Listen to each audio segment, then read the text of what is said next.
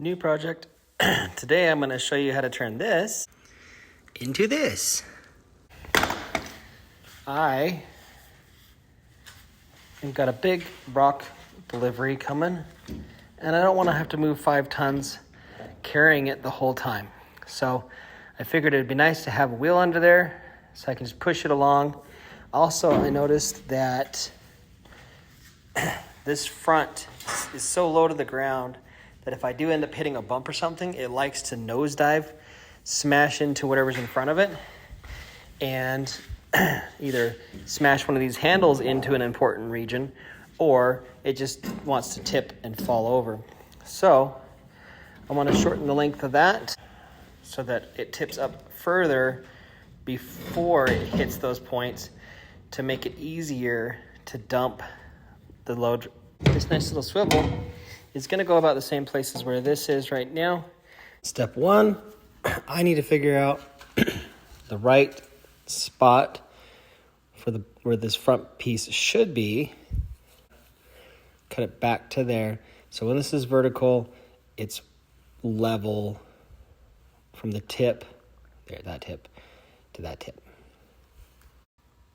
Actually, the more I think about it, instead of going flush with this, I might even want to just go perpendicular to this. So that makes a little bit more sense to me. So we got our spots marked where we're going to cut.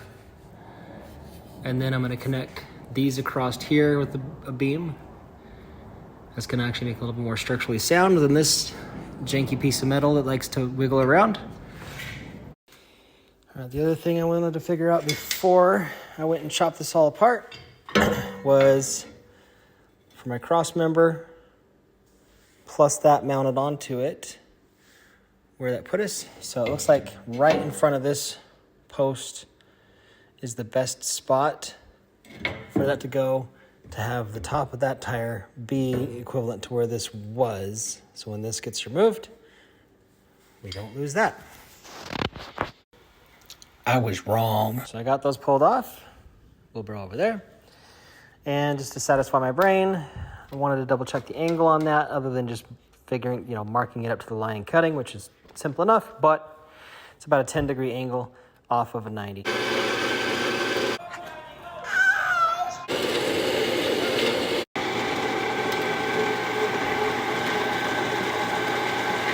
My little helper. Side note, if you're trying to do business and you're selling river rock, it would be helpful if you could give your customer, nice grease, a little bit more advanced notice. Guy's like, I'll get there sometime this week. And just now he's like, okay, I'll be there in an hour. It's like, really? Fuck. Peekaboo. Well, shit.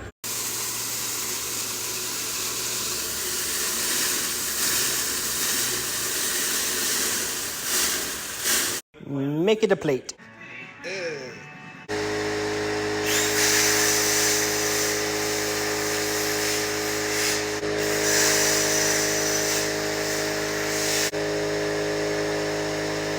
All right, so no pressure to get this done or anything. But, all right, so cut the plate out. Cross member. Got a couple little gussets just in case. Everything's cut. I just gotta finish grinding that down a little bit and I'm ready to weld. Almost done. Okay, this is why you do tack welds and not go full bore and weld the fucker in before you test fit it, because I was in a hurry. And when I measured the beam across here to here, I must have measured outside to outside, but then I cut the piece to that. And clearly I am too wide. So yeah, that was supposed to be 13 and a half, not 16 and a half. All right, there it is. We have a tricycle wheelbarrow.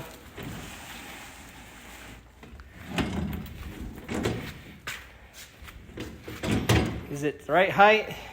No, it's not. So I will figure that shit out later, but I gotta go to work.